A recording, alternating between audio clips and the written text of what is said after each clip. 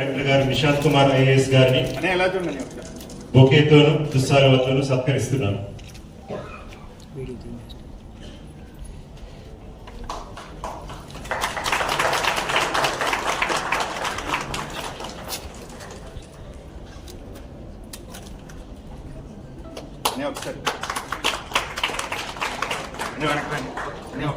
వెళ్ళిన తర్వాత మీరు ఇచ్చిన ఈ ల్యాండ్ మార్క్ ఏదైతే ఉందో దాన్ని దాటడానికి ఇప్పుడు కొత్తగా వస్తున్న కలెక్టర్ గారికి కూడా ఛాలెంజింగే.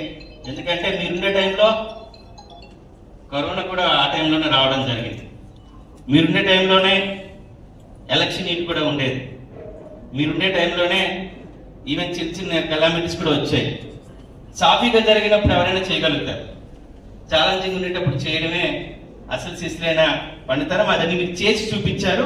దానికి మరొకసారి మా తరపున కూడా కృతజ్ఞత తెలియజేసుకుంటున్నాను. చాలా మంది చెప్తున్నారు సిఎస్ గా ఉండాలని. సార్ ఇటు వెళ్ళిపోరు, మళ్ళీ కావాలంటే మనసు జిల్లా మారిన తర్వాత ఇంకే విధంగా రావచ్చు. ఎప్పుడు కూడా మా యొక్క నియోజకవర్గం మీరు ఏ స్థాయికి వెళ్ళినా వచ్చినప్పుడు కూడా వాళ్ళ అభ్యర్థిగా పలకరించండి. ఇప్పటికీ ఉన్న నమ్మకం, ఆ నమ్మకం అలాగనే ఉంది. దానికి గొప్ప కారణం డాక్టర్ బిఆర్ అంబేద్కర్ రాసిన రాజ్యాంగం. ఆ రాజ్యాంగాన్ని అమలుపరచడంలో కలెక్టర్ గారు ప్రథమ పాత్ర వహిస్తారు. కలెక్టర్ గారు మీరు ఇక్కడికి రావడం, మన్యం జిల్లా ఎలాంటిదంటే ఎవరైనా మంచి చేస్తే గుండెల్లో పెట్టుకుంటారు. ఎప్పుడో సిసోడి గారు వెళ్ళినా ఇప్పటికీ ఆయన పేరు మర్చిపోరు, ఆయన ఇనీషియల్తో పాటు గుర్తుపెట్టుకుంటారు. ఇంతకుముందు ఎంతో మంది కలెక్టర్లు ఎవరైతే ప్రజల యొక్క మనల్ని పొందారో ఒక తరం అంతా గుర్తు పెట్టుకుంటారు. చీఫ్ సెక్రటరీ పేర్లను మర్చిపోతారేమో కానీ రాష్ట్రంలో కలెక్టర్ల పేర్లు అంత తొందరగా మర్చిపోరు.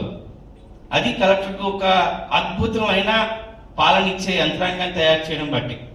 సో మీరు కూడా మా ప్రజల మనసులో గుర్తుకుంటారని, మీరు కూడా మన్యం జిల్లాకి మొట్టమొదటి కలెక్టర్ మీరే.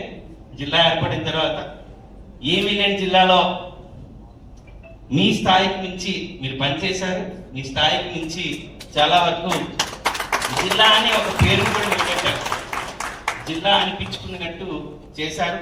దానికి మా తరపున, అలాగే మిగతా మీ సిబ్బంది తరపున, ప్రజల తరపున, పార్వతీపురం నియోజకవర్గం తరపున మీకు మీ యొక్క శ్రమకి ప్రత్యేకంగా కృతజ్ఞతలు తెలియజేసుకుంటున్నాను.